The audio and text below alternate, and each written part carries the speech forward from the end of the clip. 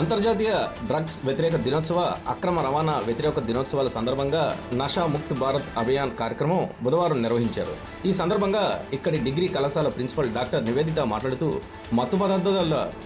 మత్తు పదార్థాల వినియోగానికి విద్యార్థులు, యువత దూరంగా ఉండాలని పిలుపునిచ్చారు.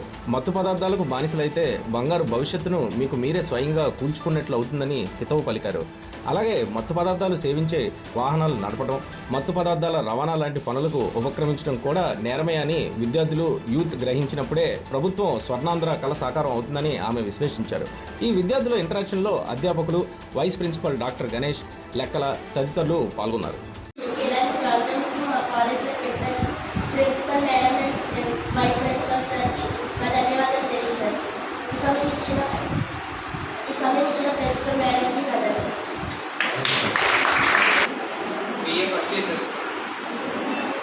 వినపడుతుంది. దగ్గర పెట్టుకుంటే సరే మాట్లాడు. మేడం చెప్పింది మాకు బాగా మేము చాలా మందికి చెప్పడానికి ప్రయత్నిస్తున్నాం. నాకు తెలిసి కూడా చాలా మంది చేయకపోయారు. మా ఊళ్ళో కంటే కూడా ఇలాగే సూసైడ్ చేసుకుంటాం చెప్పడానికి ట్రై చేశాను, కానీ ఊళ్ళో చాలా మంది గొడవలు పడలేదు. ఇప్పుడు చాలా మంది నేర్చుకుంటున్నాను కూడా. హాస్టల్ ప్రాబ్లం నేను కూడా యాడ్ చేశాను.